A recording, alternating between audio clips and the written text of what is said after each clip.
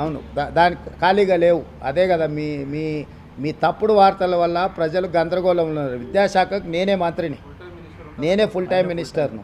నేను పార్ట్ టైమా? నేను కేసీఆర్ నా ఫామ్ హౌస్లో వండుకొని ప్రభుత్వాన్ని నడుపుతున్నానా?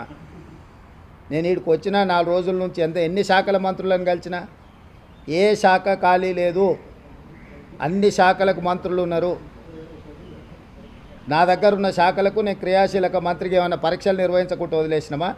10th క్లాస్ ఎగ్జామ్స్ నిర్వహించలేదా? ఇంటర్మీడియట్ ఎగ్జామ్స్ నిర్వహించలేదా? Engineering exams నిర్వహించలేదా?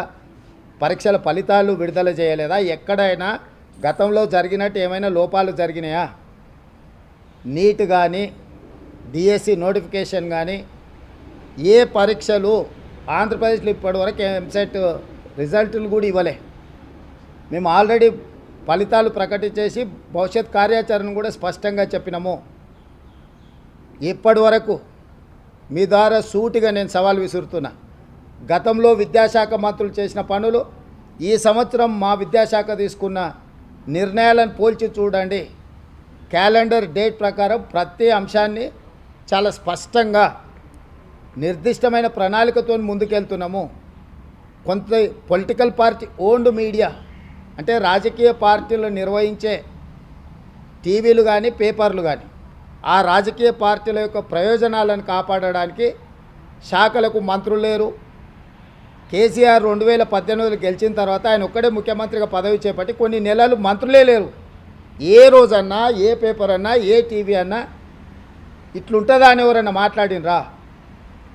12 మంది మేము నిరంతరము కష్టపడి వివిధ శాఖలలో సమన్వయం చేసుకొని ఎన్ని సమీక్షలు చేసిన, విద్యాశాఖ మీద నేను ఎన్ని సమీక్షలు చేసిన, ఎన్ని రిజల్ట్స్ రిలీజ్ చేసిన.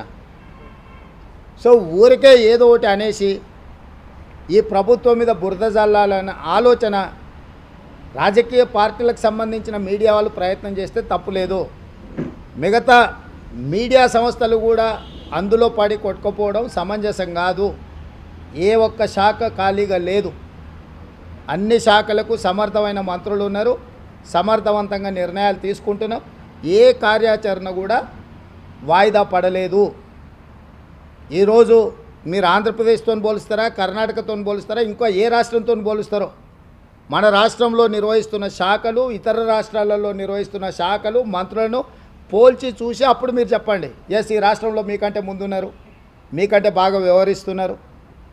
మేము ఢిల్లీకి వచ్చి మేము సంప్రదించినంత కేంద్ర మంత్రులను ఏదైనా రాష్ట్రం నుంచి ఇంక్లూడింగ్ బీజేపీ గవర్నమెంట్స్ ఉన్న ముఖ్యమంత్రులు కానీ మంత్రులు కానీ ఎవరైనా వచ్చిండ్రా? ఈరోజు కేంద్రంలో కొత్త ప్రభుత్వం ఏర్పడిన మరుక్షణం నుంచి రాష్ట్రానికి రావాల్సిన నిధులు, రాష్ట్రానికి కావాల్సిన అనుమతుల కోసము నిరంతరం ఎక్కిన మెట్టు ఎక్కకుండా ప్రతి మంత్రిని కలిసి బేసజాలకు పోకుండా ఈరోజు ప్రయత్నం చేస్తున్నాం.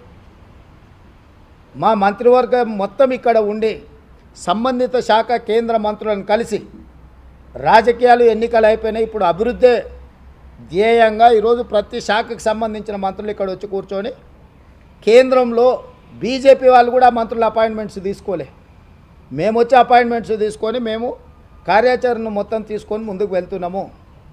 కాబట్టి